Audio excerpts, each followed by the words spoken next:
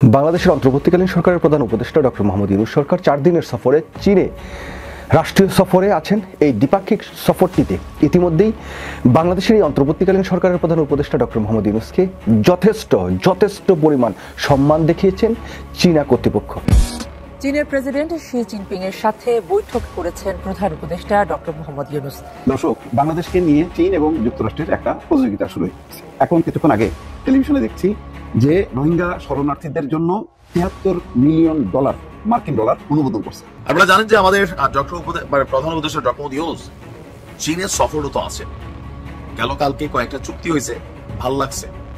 সবচেয়ে বেশি ভাল লাগছে যে 2028 সাল পর্যন্ত চীনের বাজারে বাংলাদেশের ব্যবসায়ীরা বিনা ট্যাক্সে ব্যবসা করবে। বাংলাদেশকে অনেক বড় সুখবর দিলেন ডোনাল্ড ট্রাম্প। এটা ডক্টর মোহাম্মদ ইউনূসের জন্য অনেক বড় সুখবর।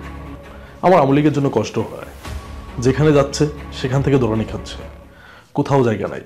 আসসালামু আলাইকুম দর্শক, নতুন একটা নিউজে আপনাকে স্বাগতম। প্রিয় দর্শক, চীন সফরে গিয়ে একের পর এক নতুন চমক দিচ্ছেন ডক্টর ইউনূস। এবার বাংলাদেশের জন্য একই সুখবর দিল চীন। কপাল খুলে গেল বাংলাদেশের। ঘুম হারাম নরেন্দ্র মোদী সরকারের। ডক্টর ইউনূসের চীন সফরে বাংলাদেশের জন্য নতুন সুখবর, ভারতের জন্য বিশাল দুঃসংবাদ এবং মোদীর গদি নিয়ে টানাটানির ঘটনা ও প্রেক্ষাপট নিয়ে করা আমাদের আজকের ভিডিওটি অত্যন্ত গুরুত্বপূর্ণ। ভিডিওটি শুরু থেকে শেষ পর্যন্ত ধৈর্য সহকারে দেখে একটি লাইক দিয়ে সবাইকে শেয়ার করে দিন। আমাদের চ্যানেলে নতুন হলে চ্যানেলটি সাবস্ক্রাইব করে পাশে থাকা বেল আইকনে ক্লিক করে রাখুন। আমাদের ভিডিওটি আপনি বাংলাদেশের কোন জেলায় বসে দেখছেন বা শুনছেন সেটি অবশ্যই কমেন্ট বক্সে কমেন্ট করে জানিয়ে দিতে ভুলবেন না। চীনের প্রেসিডেন্ট শি জিনপিং এর সাথে বৈঠক করেছেন প্রধান উপদেষ্টা ডক্টর মোহাম্মদ ইউনূস।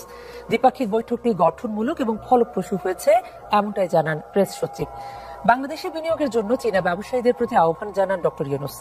এ সময় শি জিনপিং বাংলাদেশে চীনের বিনিয়োগ এবং উৎপাদনকারী প্রতিষ্ঠানগুলোকে দেশে স্থানান্তরে উৎসাহে প্রতিশ্রুতি দেন। প্রথমবারের মতো রাষ্ট্রীয় সফরে চীনে প্রধান উপদেষ্টা। সফরের তৃতীয় দিনে দেশটির গ্রেট হলে প্রধান উপদেষ্টা ডক্টর মোহাম্মদ ইউনূস বৈঠক করেন চীনের প্রেসিডেন্ট শি জিনপিং এর সাথে। গ্রেট হলে ডক্টর ইউনূসকে স্বাগত জানান শি জিনপিং। বৈঠক শেষে প্রধান উপদেষ্টার প্রেস সচিব শফিকুল আলম জানান, দুই নেতার এই দ্বিপাক্ষিক বৈঠক গঠনমূলক ও ফলপ্রসূ হয়েছে। চীনের বিনিয়োগ এবং উৎপাদনকারী প্রতিষ্ঠানগুলোকে বাংলাদেশে স্থানান্তরে উৎসাহিত করা হবে বলে বৈঠকে উল্লেখ করেছেন শি জিনপিং। বৈঠকে শি জিনপিং প্রধান উপদেষ্টা এবং অন্তর্বর্তী সরকারের প্রতি তার সমর্থন পুনর্ব্যক্ত করেন। এছাড়া বাংলাদেশের পক্ষ থেকে যখন কোনো বিষয় উত্থাপন করা হবে সেগুলো ইতিবাচকভাবে বিবেচনা করা হবে বলেও আশ্বাস দিয়েছেন চীনের প্রেসিডেন্ট। এরপর বেইজিং এ বাংলাদেশ দূতাবাস আয়োজিত বিনিয়োগ সংলাপে অংশ নেন প্রধান উপদেষ্টা। সংলাপে উপস্থিত ছিলেন চীনের ব্যবসায়ীরা। প্রধান উপদেষ্টা বলেন, ভূ রাজনৈতিকভাবে বাংলাদেশের অবস্থান খুবই গুরুত্বপূর্ণ। এই অঞ্চলে ব্যবসার যথেষ্ট সুযোগ আছে বলে চীনের ব্যবসায়ীদের জানান প্রধান উপদেষ্টা। এছাড়া গেল 8 মাসে বাংলাদেশের ব্যাপক পরিবর্তন হয়েছে, তাই বিনিয়োগের জন্য চীনের ব্যবসায়ীদের প্রতি আহ্বান জানান তিনি।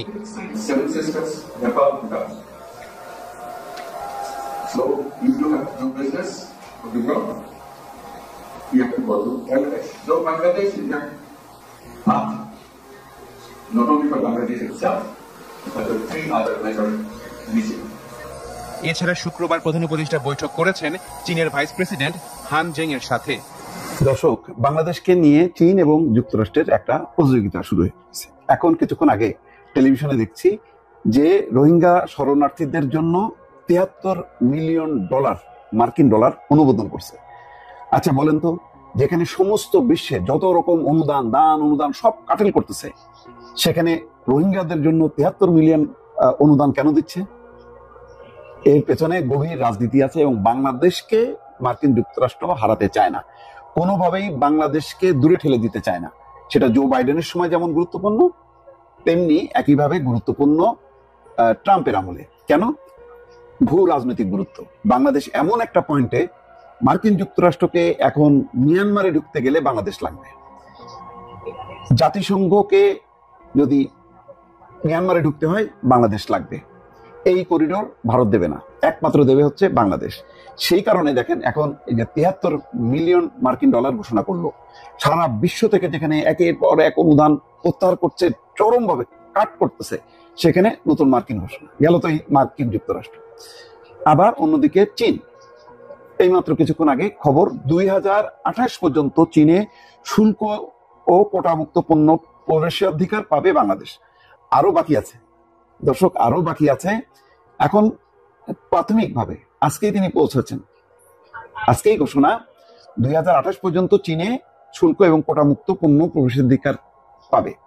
এখনো চীনা প্রেসিডেন্টের সঙ্গে গুরুত্বপূর্ণ বৈঠক আছে, সেই বৈঠকে আরো কিছু জানা যাবে। এখানে বলা হচ্ছে 2028 সাল পর্যন্ত চীনে বাংলাদেশি পণ্য শুল্ক মুক্ত এবং কোটামুক্ত প্রবেশাধিকার পাবে, যা বাংলাদেশের সম্পন্নত দেশ থেকে মধ্যম আয়ের দেশে উত্তরণে 2 বছর পর্যন্ত বহাল থাকবে। বৃহস্পতিবার হাইনানের উপকূলীয় শহর, একটা উপকূলীয় শহরে গেছে বার্ষিক সম্মেলন, এটা কি বুয়াও ফোরাম ফর এশিয়া বার্ষিক সম্মেলনের ফাঁকে বাংলাদেশের প্রধান উপদেষ্টা ডক্টর মোহাম্মদ ইউনূসের সঙ্গে বৈঠকে এই তথ্য জানান চীনের উপপ্রধানমন্ত্রী ডিং শুয়ে শিয়াং। তিনি বলেন, প্রেসিডেন্ট শি জিনপিং আপনার সফরকে অত্যন্ত গুরুত্বপূর্ণ বলে বিবেচনা করছেন। চীন আশা করে অধ্যাপক ইউনূসের নেতৃত্বে বাংলাদেশ সমৃদ্ধি অর্জন করবে। দর্শক কি বুঝলেন? চীনও এক মনে করছে যে শেখ হাসিনা মুক্ত বাংলাদেশ, ভারত মুক্ত হয়েছে, তার যে একটা বড় বাধা ছিল ভারত, সেই বাধা কেটে গেছে। এখন চীন নানাভাবে বিভিন্ন সুবিধা দিয়ে ধারণা করা হচ্ছে যে $2.5 বিলিয়ন মার্কিন ডলার পাইতে পারে বাংলাদেশ এইবারে এই সফরে। এছাড়াও অন্যান্য সুবিধা তো দেখলেন, বাণিজ্য সুবিধা দিচ্ছে। আর মার্কিন যুক্তরাষ্ট্র সারা বিশ্বে যেখানে দান অনুদান সব কাটেল করতেছে, সেখানে রোহিঙ্গাদের জন্য তারা 73 বিলিয়ন মার্কিন ডলার অনুমোদন করছে। আজকের এটা ব্রেকিং খবর। বাংলাদেশ অত্যন্ত গুরুত্বপূর্ণ। বাংলাদেশের সামরিক কমান্ডার যখন নাকি বাংলাদেশ সফর করে গেছেন, সেনাপ্রধানের সঙ্গে বৈঠক করেছেন, ডক্টর মোহাম্মদ ইউনূসের সঙ্গে কথা বলেছেন, তখন তারা বলেছেন বাংলাদেশকে তাদের লাগবে, মোট কথা তারা একটা রুট খুঁজতে চায়। আর বাংলাদেশের রোহিঙ্গাদের জন্য দরকার এই নতুন রুট, এই রুট দিয়ে রোহিঙ্গারা তারা তাদের দেশে প্রবেশ করবে। এই হচ্ছে পরিস্থিতি। দর্শক, হয়তো আরো সুখবর অপেক্ষা করছে বাংলাদেশের জন্য। যেই সরকার, যেই ব্যক্তি, যেই রাজনৈতিক দল বাংলাদেশকে আগামীর দিনে একটা ভালো জায়গায় নেওয়ার জন্য চেষ্টা করবেন, দেশের জন্য ভালো কিছু নিয়ে আসবেন, আমরা সবসময় তার যতই সমালোচনা করি তার ভালো জিনিসটাকে প্রশংসাও করব। আপনি রাজনৈতিক ক্যাটাগরিতে এমন একটা রোগ আছে যে মানে আমার অপছন্দের কোন রাজনৈতিক দল অথবা ব্যক্তি যদি ক্ষমতায় থাকে, যত ভালো কিছুই করুক আমরা সেটা সমালোচনা করি, বাট এটা থেকে বের হয়ে আসা উচিত। যাই হোক, আমি নিজেও ডক্টর ইউনূসের টুকিটাকি সমালোচনা করি, বাট আজকে যে এই সংবাদটা আমি মনে করি এটা ডক্টর ইউনূসের ফেস ভ্যালু প্লাস সবকিছু মিলিয়ে বাংলাদেশের জন্য একটা পজিটিভ ভাইব নিয়ে আসবে। দেশের মানুষ উপকৃত হবে, তবে খেয়াল রাখতে হবে যেন এগুলো দুর্বৃত্তায়ন না হয়। দেয় তো সবাই, কিন্তু লুটেরারা, সিন্ডিকেট ওলারা, ফাইল প্রসেসিং ওলারা খায়া ফেলে। আশা করি এবার এমন কিছু হবে না।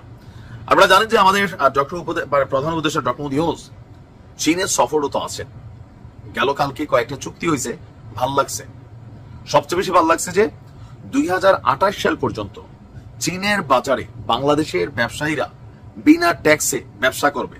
তবে একটা বিষয় আছে যে বাংলাদেশ কি পরিমাণ মানে জিনিসপত্র রপ্তানি করে, তাও চীনে, যেখানে চীন এককভাবে সারা পৃথিবীতে, আমরা যে দেশে বসবাস করি, ইউরোপ আমেরিকার প্রত্যেকটা রাষ্ট্রে তাদের দেশের পণ্যের তুলনায় চীনাদের মার্কেট বড়। তো সেখানে চীনের মার্কেট আপনি ঢুকাবেন, যেমন আম নিবে শুনছি চীন, তবে চীনে ভালো ভালো আম পাওয়া যায়। যাই হোক, কিছু তো তারা নিতে হবে। তবে আমরা যেটা পাইছি এটা নাম্বার 2।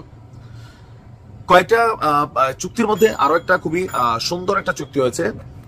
বাংলাদেশের শিপিং কর্পোরেশনের জন্য 4টি সমুদ্রগামী জাহাজ কেনার জন্য চীন আমাদেরকে অর্থনৈতিক মানে ঋণ দেবে। এছাড়া আরো বিভিন্ন প্রকল্পেও আর্থিক সহায়তা দেওয়ার আশ্বাস করেছে চীন। আর ডক্টর ইউনূসের জন্য একটু পজিটিভ তো আছে যে তাদের বক্তব্য এই সরকারকে পূর্ণ সমর্থন দেবে আপনার চীন। প্রধান উপদেষ্টার কার্যালয় থেকে পাঠানো বিজ্ঞপ্তিতে বলা হয়েছে, চীনের নির্বাহী ভাইস প্রিমিয়ার ডিং শুয়ে শিয়াং হাইনান প্রদেশে বোয়াও ফোরাম ফর এশিয়া সম্মেলনের ফাঁকে ডক্টর ইউনূসের সাথে সাক্ষাৎ করেন এবং সেখানে দুই দেশের কূটনৈতিক সম্পর্ক প্রতিষ্ঠার 50 বছর পূর্তি উপলক্ষে বিনিয়োগ, বাণিজ্য, সাংস্কৃতিক সম্পর্ক, জনগণের মধ্যে যোগাযোগ বৃদ্ধির বিষয়েও একমত হয়েছে।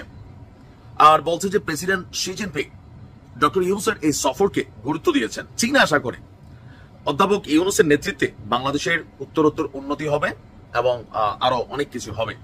তো প্রধান উপদেষ্টা এক চীন নীতির প্রতি বাংলাদেশের অঙ্গীকার পুনর্ব্যক্ত করেছেন এবং দক্ষিণ এশিয়ার প্রথম দেশ হিসাবে চীনের বেল্ট অ্যান্ড রোড ইনিশিয়েটিভে যোগ দিতে পেরে ঢাকা গর্বিত বলেও আপনার বলা হয়েছে।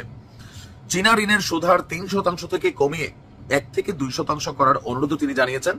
এছাড়া বাংলাদেশ চীনের অর্থায়নে পরিচালিত প্রকল্পগুলোর কমিটমেন্ট যে ফি আছে সেইটাও মওকুফের অনুরোধ জানিয়েছেন বাংলাদেশের পক্ষ থেকে ডক্টর মোহাম্মদ ইউনূস।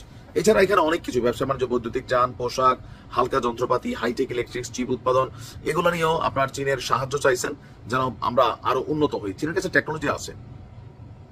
এখানে বেশ কিছু জিনিস যেটা হয়েছে আমার কাছে মনে হচ্ছে এটা খুবই গুরুত্বপূর্ণ যে 28 সাল পর্যন্ত বাংলাদেশের পণ্যের জন্য শুল্কমুক্ত এবং কোটামুক্ত সুবিধা চীন দিবে। অর্থাৎ ঢাকার স্বল্পোন্নত দেশ থেকে মধ্যমায়ের দেশের উন্নীত হওয়ার পরেও 2 বছর এই সুবিধা পাবে বাংলাদেশ।